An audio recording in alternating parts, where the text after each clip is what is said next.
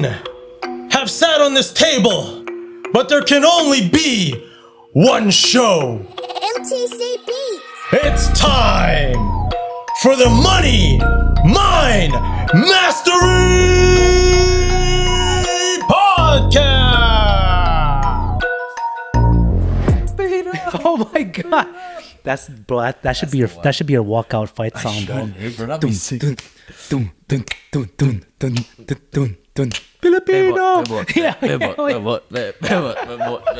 It's so sick, bro. Have you seen? And that should someone should be behind the flag. Bro. Yeah. That'd be crazy, bro. I dare you, bro. I dare you. I dare you. Be fucking my picture of you. I just someone in the. Yeah. That'd be so sick, bro. That'd be sick. You should do it, bro. For your first outing. Why not? Why not, right? Man, what's going on, everybody? You are now tuned in to the Triple M podcast. And the Triple M's, for y'all that don't know, what does it stand for, SB, man? Money Mind Mastery. And we are the Fight Networkers. Oh, I forgot to change. I'll change it after we going to change that soon, man. We out here just connecting the dots. Because in Canada, the dots are all over the place and they ain't connected yet. Yeah, slowly but surely, and with the help of all y'all people, we'll make it. You know what I'm saying? Yeah, man. Before we get started today, we gotta do what we always do, which is the gratitude series. Just this little small act of positivity before we get the podcast popping, and I'm gonna get it popping with something big this time. Oh. Yeah, there you go. It's not small, you know. But I'm grateful for Canada. That's pretty big, no? That is the second biggest. So biggest, yeah. And the reason why I'm grateful for Canada is because we have access to literally whatever the hell you want. Fresh water, fresh food, fresh oxygen, gasolina. Expensive, but yeah, exactly. If we were both like doing this in the Philippines, we'd be probably filming this on like an Android phone using like pen and paper. Not saying there's anything wrong with that, but like we just have it so much more easier out here. We take it for granted a lot, but that's why you're saying you're grateful for it. That's what I'm grateful for, man. How about you? I'm grateful for the workout that we did, man. Actually, the whole weekend. A lot of work. Langley. A lot of work and a lot of work, you know what I mean? Like we did, all these podcast stuff, but we also, me, especially training for a fight, I was able to get into work, we did cardio, we did a few sparring sessions, a little cookie right here. But yeah, I'm just grateful for it, man. It's really, really fulfilling because we were able to get done what needed to be done, and I was able to get extra work and not at least slack off for the weekend. Because it's so easy, especially me not being in the city, not being home, right? Yeah, no, exactly. It's so easy to just fall off the wagon, especially on weekends too. It only takes one too. Buddy, the one day it's will weird, ruin man. You. Like, okay, this is probably a good topic too. Like, when you're trying to change something, that first day is usually the hardest. Yep. Even the second, the third, the fourth, and it takes a while for you to get into the groove.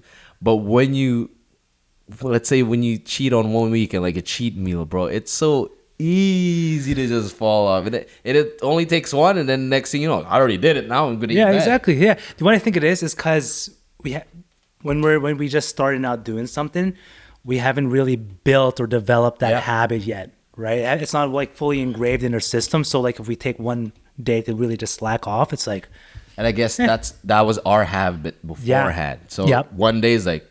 This is it. This is what I used to. This is my habit, baby. This is what I'm good at. And then we're back to our old habits, not the new one. Yeah, that's true. That's true. Right? They're all habits. It's either bad or good. Exactly. And speaking of bad and good habits, you have something coming up soon. Yeah. In a few months, and it's your first amateur. Yes, sir. Boxing competition. Is it a competition or is it a scrap? Tune in. Tune in to find out. I'll video that. Sure. Yeah, you'll see. And the episode for today is how should one really prepare for their first amateur fight? Yes, sir. Kick it off, man. Let's hear what you're doing first and what's everyone should be doing. Number one, man, gas tank. Technique. I mean, this is all my opinion. This is how I started. Technique, foundation. Obviously will be your first one when you actually start punching, but without that gas tank, you won't be able to use that technique. Because again, when you're tired and you're in the ring, a lot of those things go away, and you rely on, whatever you rely on surviving, right? So number one is gas tank. For me, you have to do your cardio, you have to do your road work, and you have to get in the rounds. Number one. What do you think? Yeah, no, I agree with that, because if you don't have the cardio, you're going to be in a world of hurt. Because number one, if for anyone that just got into like boxing, let's say they're like 1 year in, Yeah. they're probably just doing pad work and all that stuff, which is fine. Anyone looks good on pads. You can probably do pads for the whole day. Yeah. But as soon as you get into the ring, well, you'll spar as well. But once you're actually fighting, and you're not sparring, not going light, Yeah. bro, that's a different ballpark, and you'll gas quick. Absolutely. Yeah. Quick. So do your road work, do your rounds, and do. Again, this is when we're preparing for a fight. I'm assuming you already know all the the fundamentals and all that. So do your road work, do your rounds. I think that's the most important thing. Is just do your rounds, because a lot of people say. We had Terrence in the show yesterday. He said, "Man, I've been running like 10K, 15K, half a marathon." Mm-hmm. And does it translate into the ring? He said, "Not really, because the fight is usually short. Yeah. But when you're there, you're fighting." Yep. You know what I mean? Mm-hmm. Especially for your first amateur fight, it's only 3 rounds, 2 minutes. That is literally just 6 minutes of you in the ring with a minute rest. So it's what, 9 minutes? The whole 9 minutes you're just there, right? Mm-hmm. Let's say 10 minutes. So get used to punching, get used to volume, get used to defending, get used to just keep on moving. And that's I think that's one of the first thing you need to do. But preparing for a fight, that's how you build a gas tank. Yeah, and to break it down as far as like cardio wise, yeah, like road work is okay. I think it's more for the mental aspect of it, because like you have to go 1 kilometer at a time. Definitely. 2, you're in the second kilometer, third kilometer, 4. And the best thing I like to do too when running is don't have any headphones. Just you, mental game. the road, and just focusing on your breathing. Yeah. Right? Because if you can do that and you're just focusing on your thoughts, buddy, that's all in the mind. That's all in the mind, right? So there's that. But the very important thing that you need to be doing as well is sprints. Absolutely. Well, we did back to back, day after day after day. Well, for the 2 days that you were here, we're just sprinting. Yeah. Sprinting. Yeah. Sprinting. Because in a fight, it's not constant work. Nope. It's. Yeah. And then, Sound like Rolly. How Rolly do it? That's a good reel. Okay, you're Rolly. That's what he sounded like. Man, I love Rolly though. Rolly's my boy. Shout out to Rolly Romero, man. Yeah. So you need to be doing the sprints as well, and get a lot. Yeah, like you said, a lot of rounds in sparring wise. Yeah. Because if you don't do the sparring, no way. No, wait. I thought you were gonna hold the 1-2. And I'm like, so what the hell is this, right? Another thing that you need to really do when you're preparing for your fight camp is remember to take some days to just recover. Yes. Right? Definitely. That's key. Especially you get 7 days a week. Even fighters, even professional fighters, when they're in camp, they mainly do 5 days, rest of 2. Yeah. Why do they do that, right? Because you need time for your body to rest. Again, especially during fight camp, you put your body through a lot of stress. Maybe just physically, but even mentally. Yeah. Maybe your rest is just more for mental, just mental preparation, where you just get to relax, stretch, breathe, and then unwind. So by the time you're day 1 again in training, guess what? You're all ready. Yeah. So that's a good point. A lot of people, that's super, super underrated. A lot of people forget to rest because they think if they rest, they're like, okay, I'll be off. Yeah. Right. But 1 day, maybe 2 days, depending on how much you train. Maybe you don't train 5 days a week. If you train 3 days a week, then you can take a day and then another 3 day, another 3. So. Yeah, it's good to prevent injuries too. Absolutely. That's like the most important part, because the worst thing to ever happen, especially if you're training for a fight, is let's say it's a 12-week fight camp. You're 11 weeks in, and the next thing you know, opponent backed out, injury. And most of the time it's due to overtraining. Absolutely. Right. Getting hit. Getting hit. So remember to take those breaks.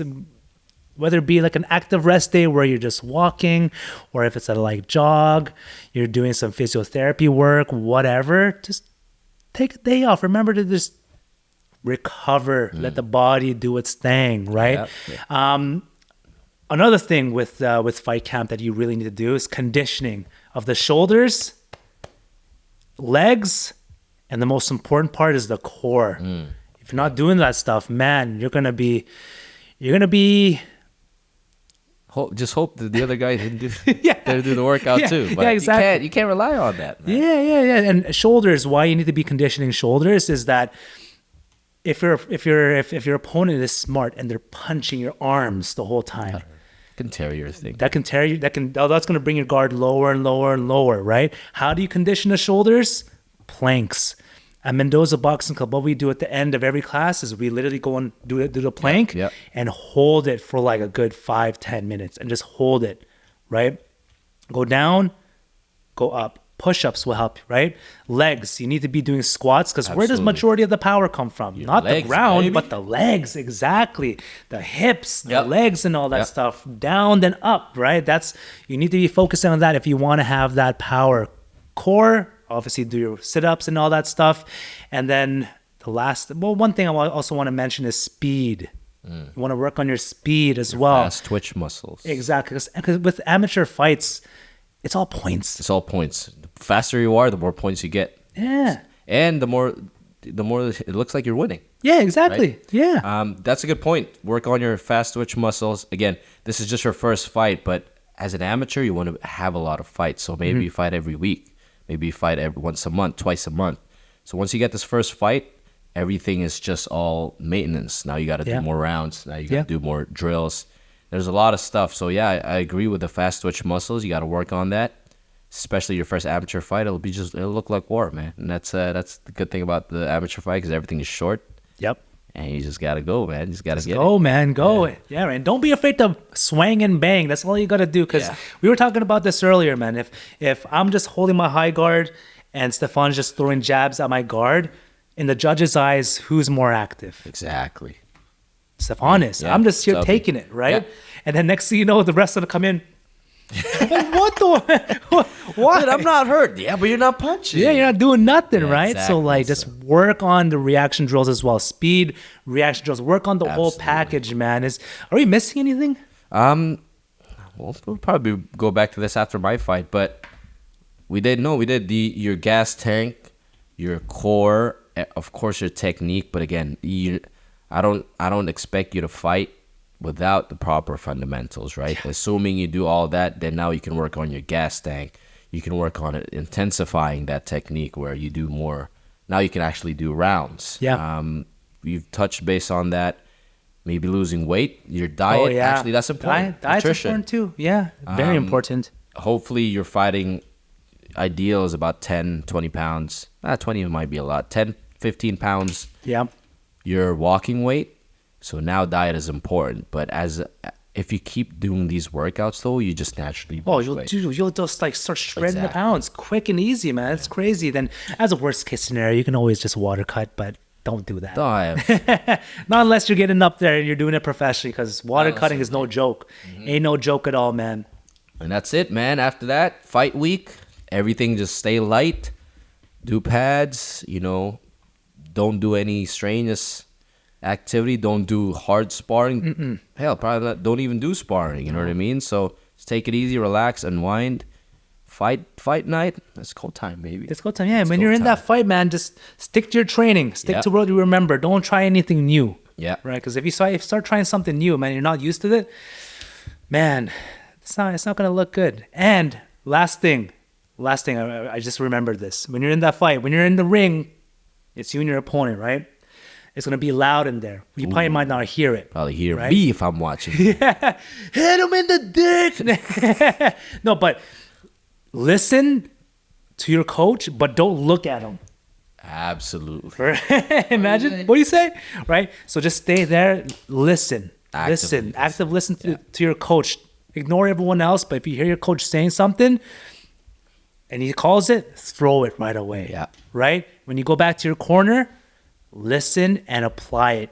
right? Because you are going to, like what Michael Valori said, you're going to get lost in there because you're going to be stuck in that round. Yep.